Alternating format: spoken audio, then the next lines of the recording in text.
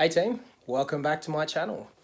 Today you're going to be joining me as I go through the motions of what it's like to be put on the spot when you're comfortable in your bed and one of your colleagues asks for help. Do you stay where you're comfy because you've taught X amount of classes the day before, or do you help someone out because in the end, customer experience and the experience of your participants are always what comes first? You would have seen in the last one we broke down body step and the most common moves that are found in majority of the releases. They don't really change that much. We're going to do likewise this time around with body pump. Body pump is the most popular program that Les Mills has across the world. We're also going to go through a couple of daily things like cleaning and all the boring stuff, so stay tuned and hopefully hang out till the end. When you think it's safe to sleep in, you get called into work to cover a class. Well, as a fellow instructor. She's a little unwell, so I said I'd help her out. Members' experience always comes first.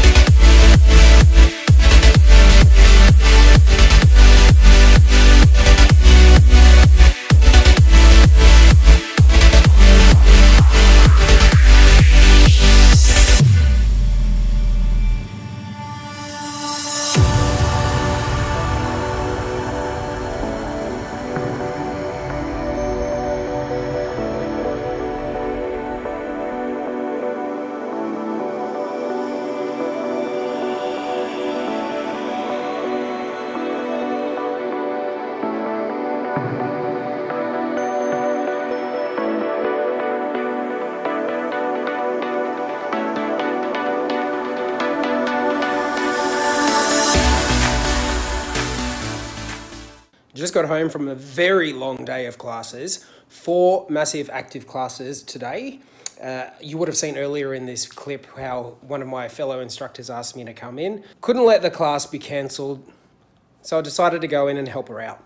You've seen what goes into my bag. How about I show you what comes out of it at the end of the day? Considering it's only Wednesday, that's when I'm filming this one, let's have a look at my laundry basket, which was done on Sunday, 3 days ago. This is definitely a usual for me.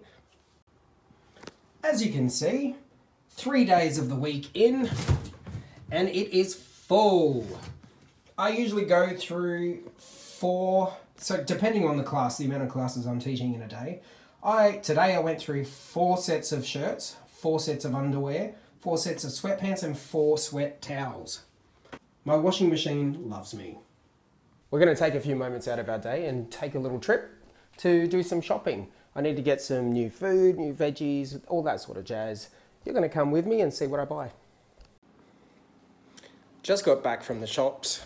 Gosh, it's actually really hot outside. I do love Melbourne summer though. Let's have a look at what we bought. We got apples, Pink Lady, My absolute favorite. Look at the size of these things. They are so, so nice. I've also got, one thing you will find is I love fruit. Full of vitamins, all good for you, full of fiber. I've got massive pears. Yum. Not sure I'm going to have enough room on this table. Also got giant oranges. So yummy. Also got some pineapple, yum yum. Full of bromelain, which is good for anti-inflammation or good for inflammation. My favorite juice. And then the essentials, toothpaste and swabs. The following is a technical guide based on the 55-minute format of Body Pump. Body Pump requires the most amount of equipment. Transitions are real fast, so be prepared and listen to direction. The squat track should be the heaviest weight on the bar for the entire class. Remembering your legs are 50% of your body and they carry you around daily, so they can take it. All right, let's get into it. Notice how with your squat track, you always make sure your chest is up, your elbows come slightly forward, and watch how low I go. The bum comes right down to knee height, heels are grounded and angled out to the sides. Always, and remember, we brace our core to protect our spine.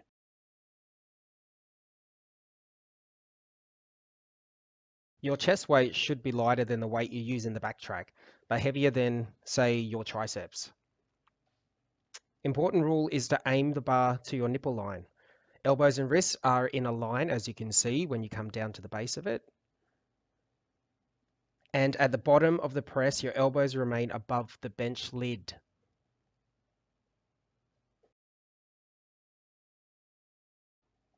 This track is the second heaviest track of the class. Heavier than chest, but lighter than squats. Your weight selection should be in between those two. 107 saw the introduction of the single plate row and deadlift. As you just saw me complete that move, we drop down, the plate is at knee height, you pull it to the hip, rolling the shoulder back. The second power move is the clean and press, which is only usually in this track.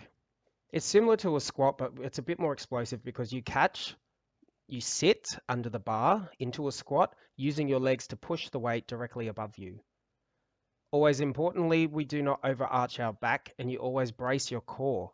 Again, that is to protect your spine because we are in an exposed position by pressing weight above our head. Make sure you do it. The weights you use in this one should be somewhere between chest and warm-up weight. In the middle is all fine. The move I'm performing here is a kickback, where we relax our shoulder. There should be a dead straight line. See how there's a straight line between shoulder, elbow, and wrist at the top of the move. Making sure, again, we brace and we do not swing. No swinging in the breeze.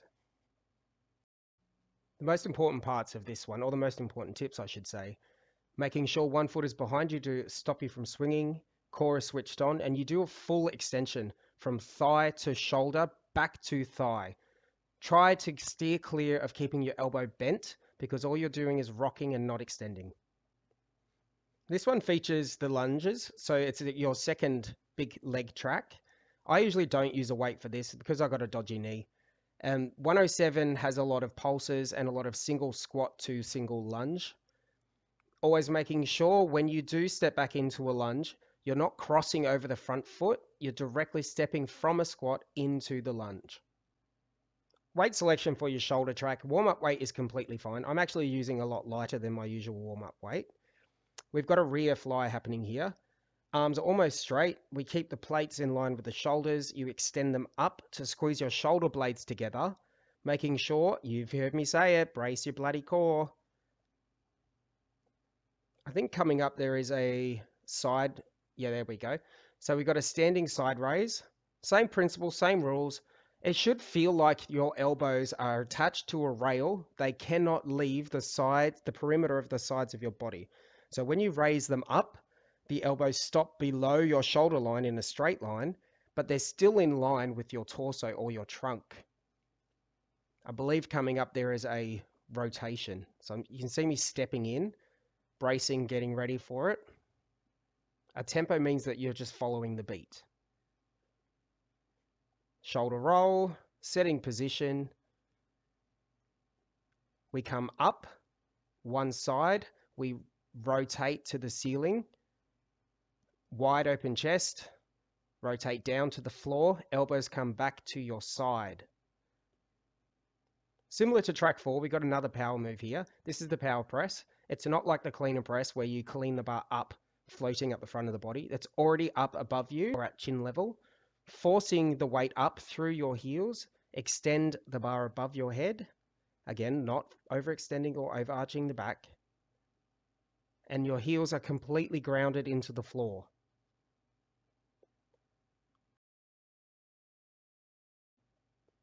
Whenever you are performing a push-up, be it knees, toes, or the lesser option, always making sure when you come down, your chest comes to elbow height, your palms are in line with your shoulders, so just outside the width of your shoulders, but in line with the shoulders, similar to your side extension.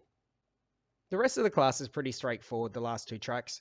The core changes, or it slightly changes with every release. Sometimes I'll use a bench to do rear stuff. Sometimes I'll do mountain climbs. Sometimes I'll do, reverse curls, that sort of thing. But it's all pretty much straightforward. And then, of course, you got your cool down. Every single class format should have a cool down, dependent, again, on which time format you are doing. I hope that you've enjoyed watching my little breakdown of body pump. Again, if there's anything you ever want to see or anything you want me to cover or review, let me know and we'll do it together. You know those moments when you're trying to edit, but there's someone who keeps interrupting you? There she is. As always, thank you for watching, team. Don't forget to subscribe before you leave if you haven't already. Drop me a like, drop me a comment. I always check them and I always like to respond. And don't forget to ring the little notification bell. I do not want you to miss out. I do post twice a week, Mondays and Fridays. If there's anything you want me to cover or review, let me know. I'll see you soon.